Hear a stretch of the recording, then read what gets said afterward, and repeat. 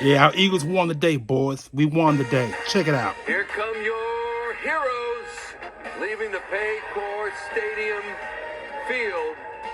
Be encouraged, Eagles fans. Be very encouraged. Your Philadelphia Eagles seem to be hitting their stride. There's A.J. Brown. Hell of a game from number 11. My goodness, the catches he made. The run after catches he made. The way his quarterback got in the ball. And the offensive line as well. How about that? This O-line, decimated by injury, stayed in there, pass protected, run blocked. Kenny Gainwell, nice job. Jake Elliott, nice job as they leave the field. These guys were, there's Reed Blankenship, nice job. They were underdogs. Bottom line, depending on 37-17 victory. Complete. We put a 30 burger on a damn good Cincinnati Bengals team. Behind an offense, Lane Johnson had a lead for a play. Back in there.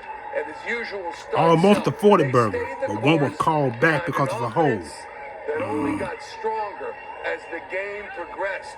We wondered about this Eagles team. There's a big difference between a 2-2 start, a 3-2 start, and even 4-2. They push it to 5-2 today with Jacksonville looming and Washington looming after that, and it all is still possible for your Philadelphia Eagles. This Cincinnati Bengals team, 3-4, now 3-5.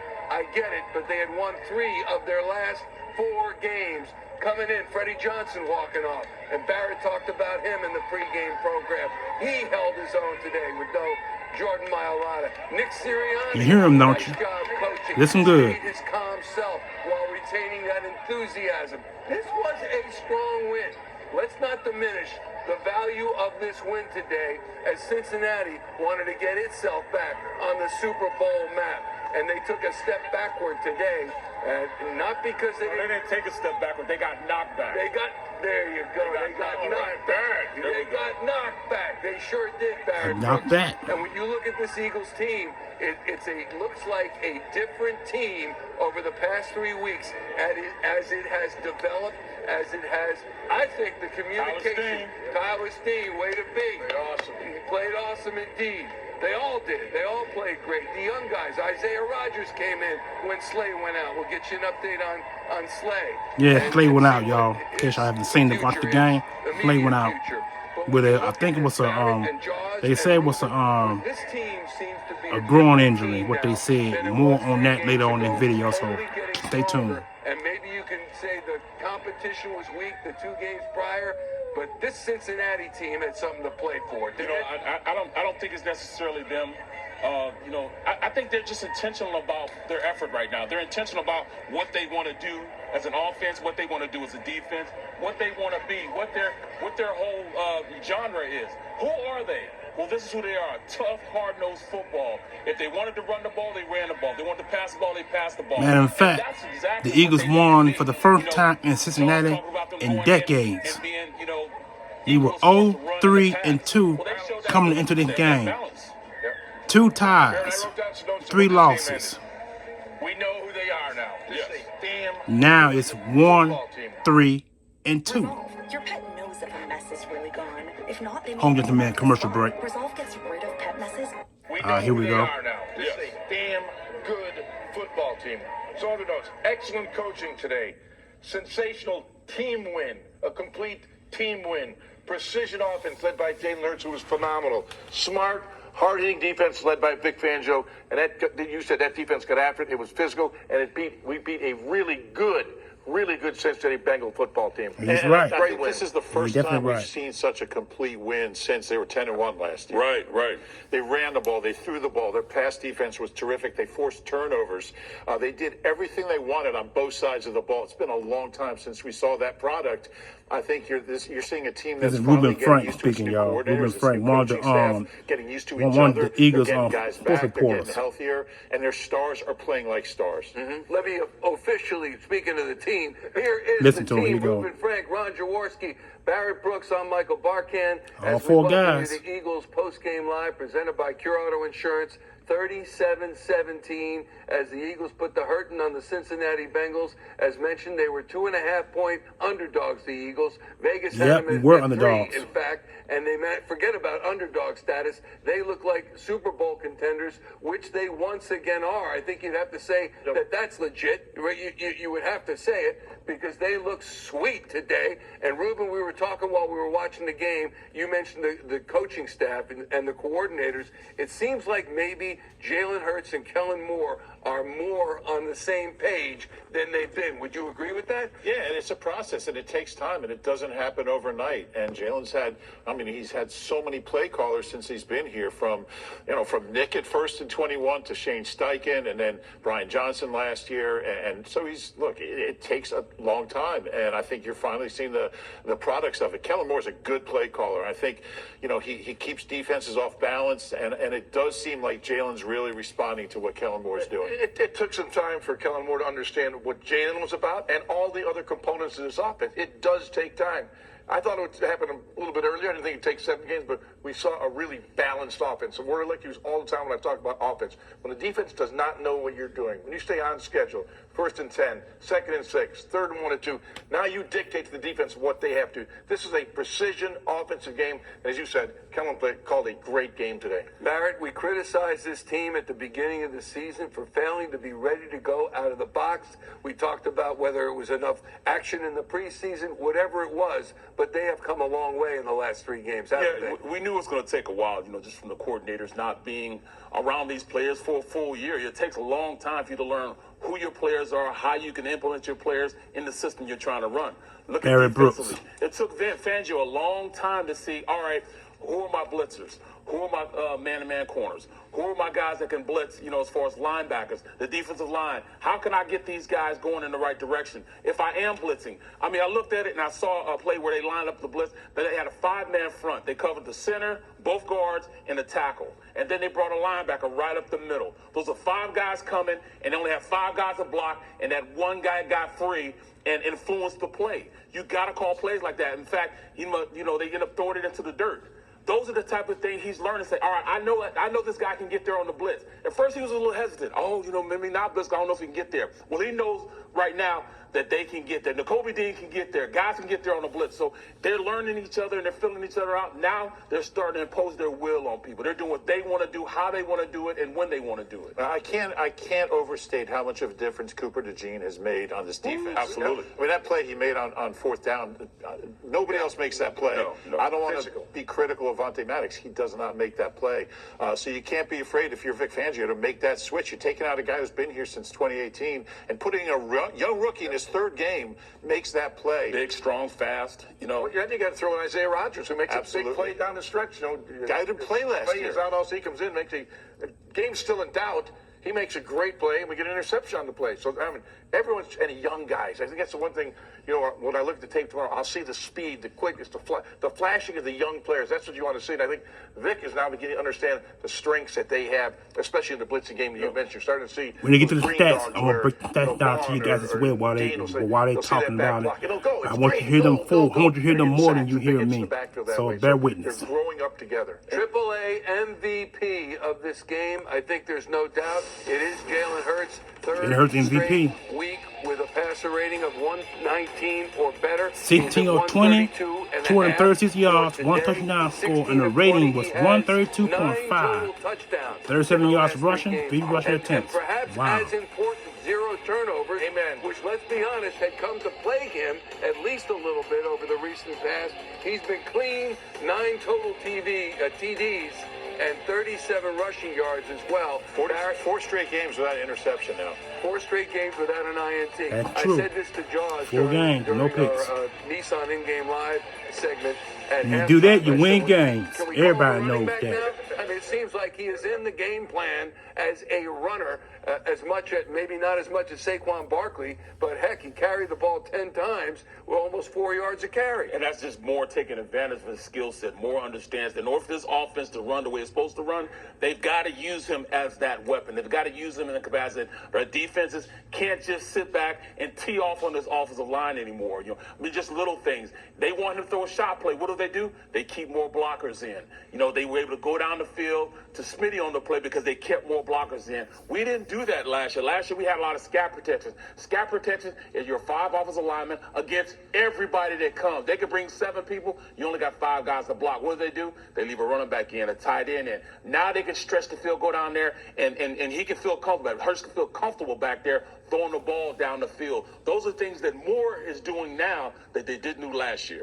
In today's NFL world, we're inundated with statistics. And, Mark, I love this stat. I hate statistics.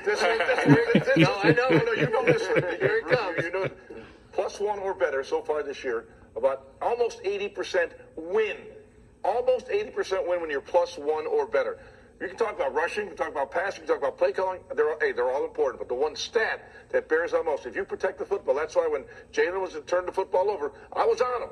Because I know how good he can be if he doesn't turn the football over, how good his team could be when he doesn't turn the football over. He stopped turning the football over. What do we got? Yeah, got wins. and got +2. Two, both in the fourth quarter. It's the first time they've, I hate stats. First time they've had 2 fourth quarter takeaways in the same fourth quarter since the Steelers game 2 years ago. Yeah, they got a couple when they picked takeaways. up Kenny Pickett. Which is it's saying something. In a few moments, we'll hear from Nick Sirianni, certainly from Jalen Hurts, and all of the principals in this big 37-17 Eagles win over the Cincinnati I'm all Bengals. miles, You baby. mentioned All shot plays, miles. and there seem to be a lot more of them today, a lot more. And you look at the long... Lead the league in 40-yard plays. Lead the NFL in one fewer game than most teams. What I liked about this one, Rube, it was designed to Smitty. It was designed to give. It was Max Pro 2-receiver route. You look one side. Where's AJ? He's covered. You got that crosser coming from the backside. Well, he makes a great throw and a phenomenal catch. But it was designed for a big play. It wasn't just throw the ball up in one of those 50-50 catches to AJ. It was a designed big play. That's something Kellen Moore was on his A game today. And you know why that happened?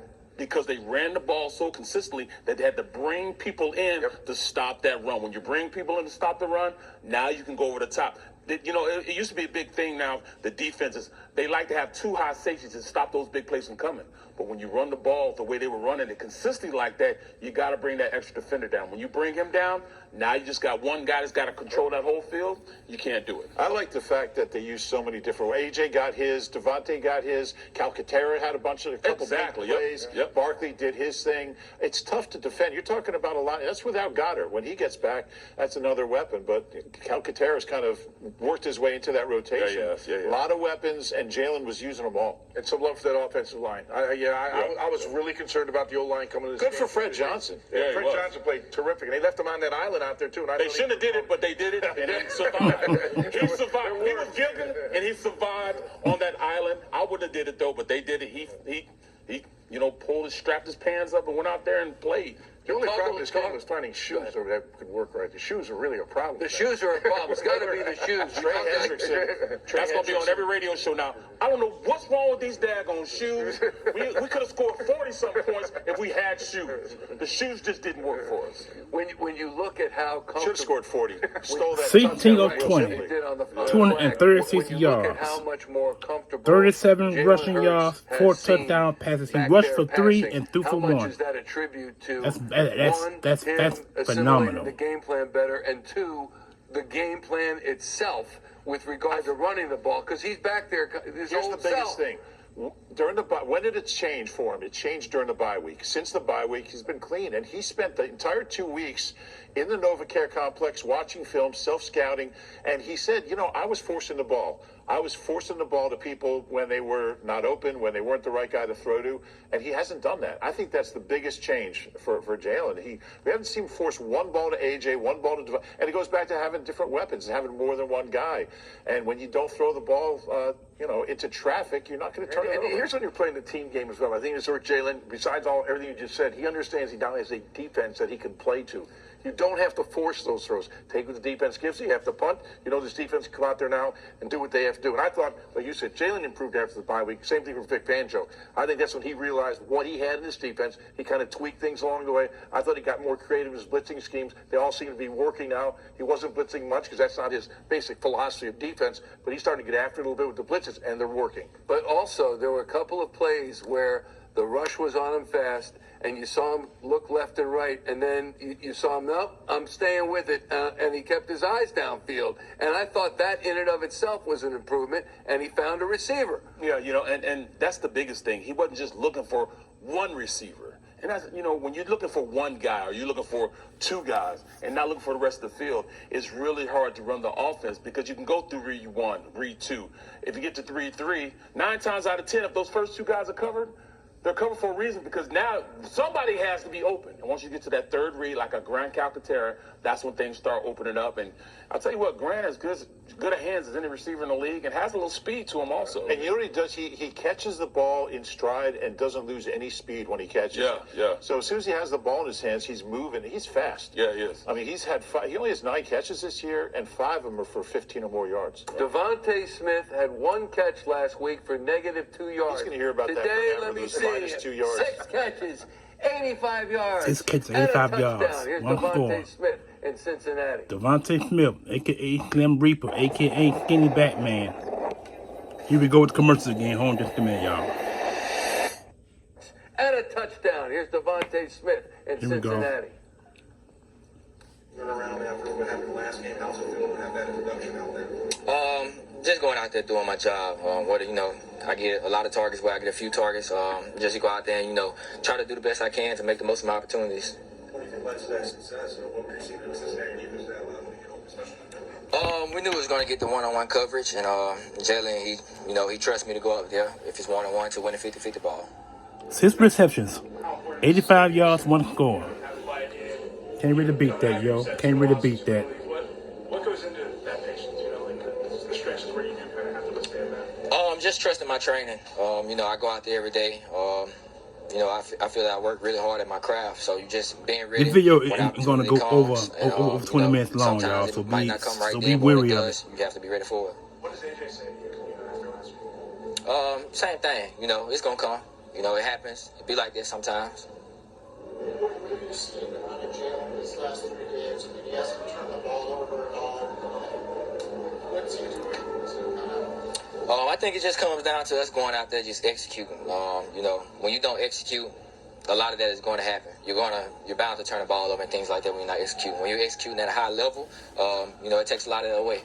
And now we're starting to see what this offense can really look like when everything is clicked in. We're getting there. We're getting there. When you look at that 7-minute, 37 drive there in the fourth quarter, effectively iced the game, what were you guys talking about ahead of time? What's it like to effectively make that drive and end it? Same thing I always say. We always want the ball as offense at the end of the game to be able to put the game away, get into our 4-minute offense, and with those guys up front and Saquon, doing the things that they do, it makes it a lot easier to do that. I can see the ball and they can't. What would you say the last That's the ball, they can't. like for you have last week's game and even the first catch today goes -2. You're like, you just know that it's going to turn. Well, today I wasn't happy with it. I was just like, nah, we ain't doing this again. But just like I hate said, to trusting my say it, training, but continue to go out Devontae there, making the most of my Smith opportunities when the and, ball comes to make it. What did go through your head? And Say it again. What did go through you after the -2? Nah, we ain't doing this today. AJ Smith. Both of these guys are going to be under 1,000 yards for the first time this season. I don't know, man. Everybody because, tell me go down, but it's hard to go down when guys are just holding you up. It was not many 100 yards games this season. Start blowing it. So that's going to snap the streak, I believe, this year. I could be wrong. I hope I'm proven wrong. I hope one of these guys do go over 1,000 yards. But the way it's looking, I don't think none of these guys are over 500 yards this season between the both of them. Like I said, I could be wrong, but I'll find out later on in the week, and I'll do a video on that as well. So stay tuned for that one. As much time as we can off the clock so they can't go on offense and try to make something happen. This offense obviously has a lot of star power. What's it do when all you guys are playing at the same time? It's tough, man. It's gonna be tough for teams. We go out there and try to establish our identity as running the ball, and when we take our shots, when we get our one-on-ones, make the most of it. And I think we kind of know that's how the flow of the game is going to go. Some weeks that could change based on how teams play us, but I think it's a good thing when you have you know, a running back, you have 2 receivers, you have a quarterback, you have everybody on I can offense say that this can here. just go out there and, you know, just Last make week's something out of game nothing. against the Cleveland Browns, I wasn't doing nothing much smiling. I'm smiling my butt off today now because this was a game that I expected. This is a game I really expected. I don't think I smiled none of this season since You know, sometimes, you know, since the New Orleans teams do Saints some game. things you can't really That might recognize have been the what it last is. time I actually You know, smiled, there's a lot of to guys be moving honest around, with you. guys at the snap, running into the box. So In that game, we had it gotta be hard to tell, over but, 30 you know, points when in we that do know what's game. going on, you know, that's when we decide we're And gonna, you know, that do what was we our need to last do. 30-point game up until today, which is hard to believe, isn't it? Honestly, I don't think teams will sit there and just try to let us run them out of it. I think they'll continue to sit there, be in the box. That's just personally what I think. Can you see a difference in Jalen's efficiency, confidence, comfort level, and if so, why do you think that is over the last 3 games since the We're executing at a high level right now.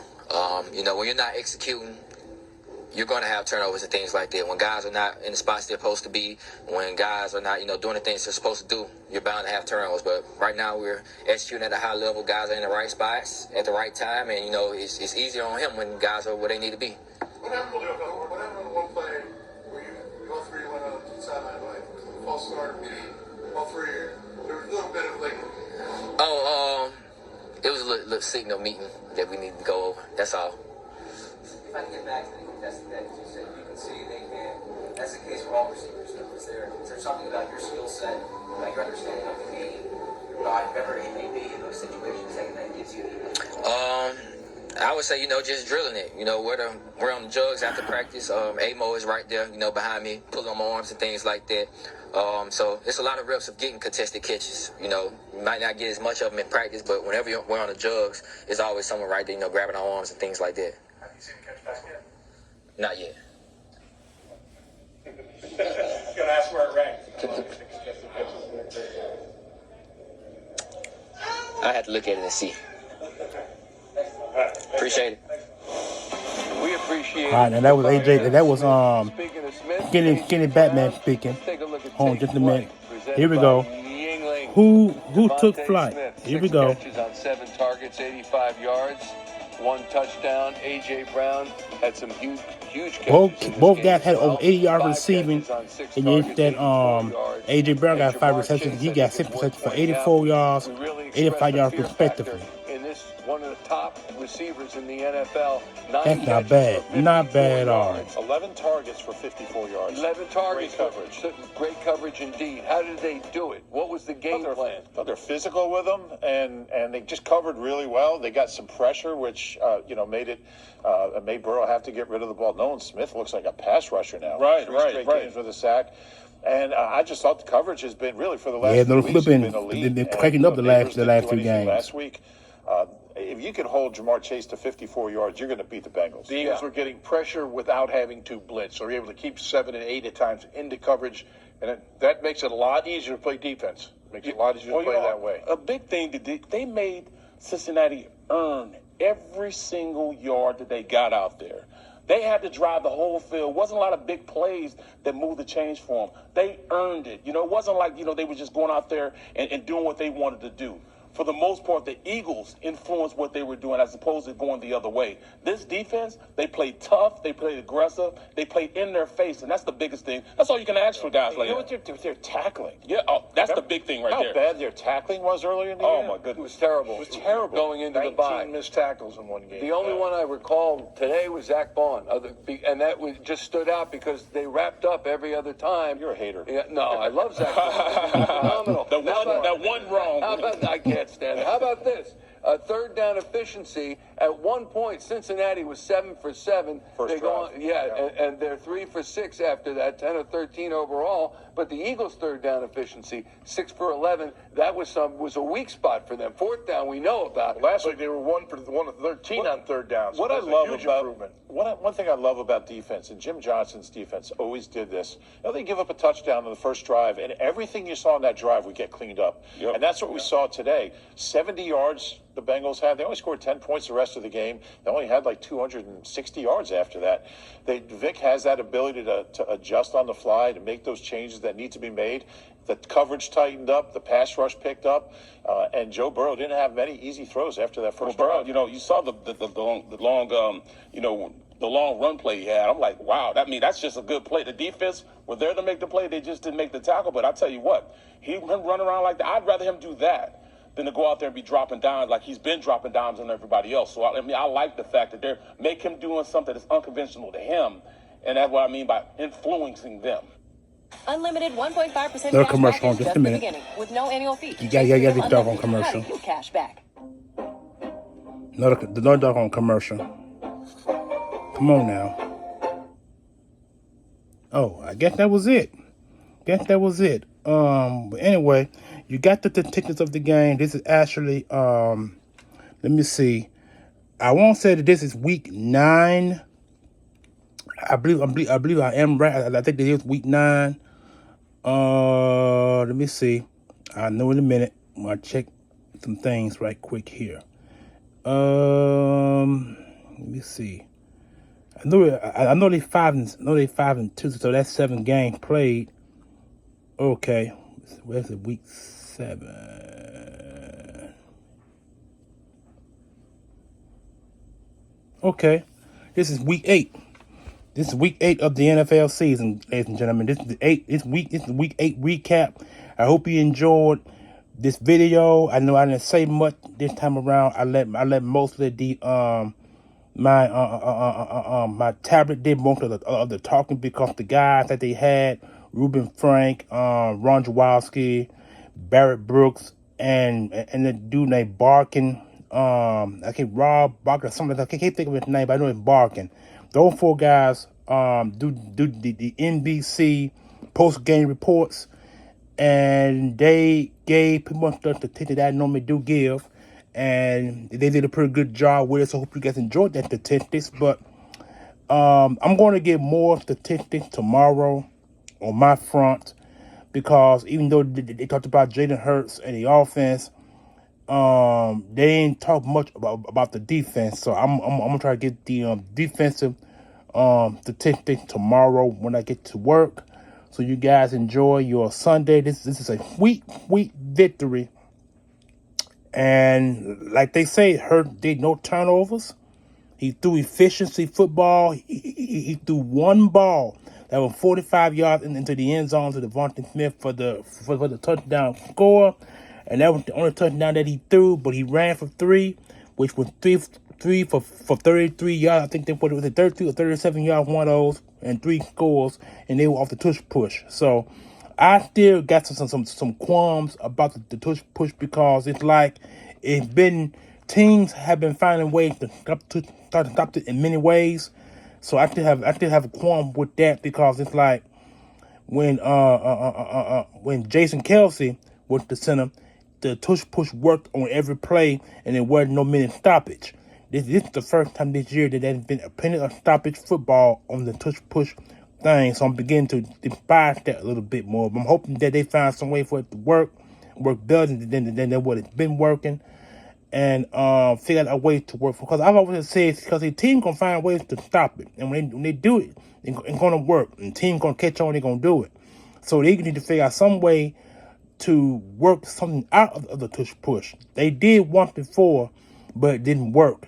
Hurts threw the ball to Barkley, and Barkley, he got tackled for a loss. And that was early in the season before the bye week.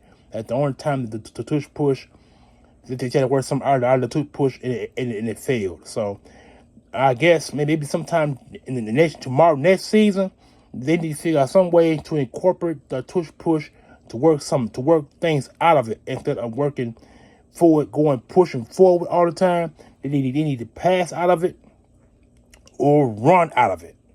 I think they can bet if they run out of it.